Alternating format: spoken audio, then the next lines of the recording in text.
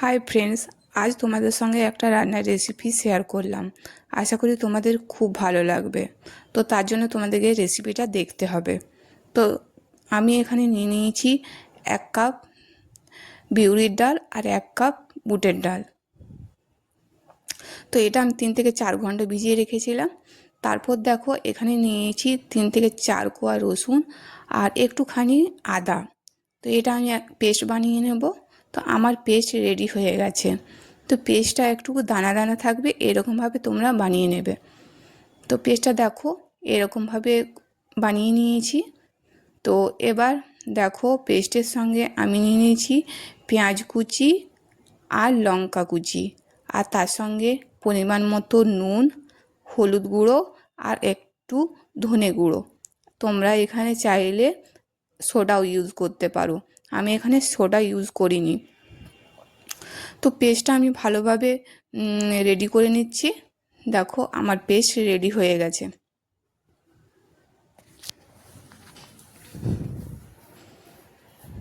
তো পেস্ট আমার এখানে রেডি হয়ে গেছে। আর ওইদিকে দেখো আমি তেল গরম করে নিয়েছি। তো এবার আমি পকোড়াগুলো বানিয়ে নেব।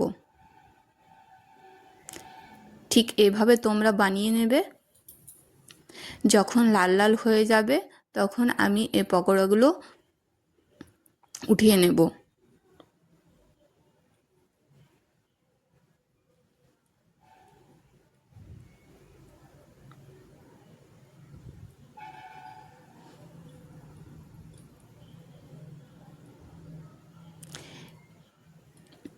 তো এইরকম পকোড়া যদি চায়ের আড্ডায় হয়ে যায়, খেতে কিন্তু অসম্ভব ভালো লাগবে।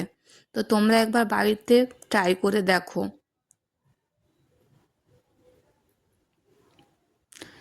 দেখো আমার পকোড়া রেডি হয়ে গেছে।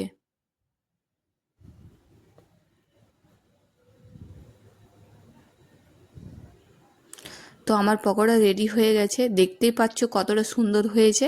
তো তোমরা একবার বাড়িতে ট্রাই করে দেখো। আর ভিডিওটা ভালো লাগলে লাইক, কমেন্ট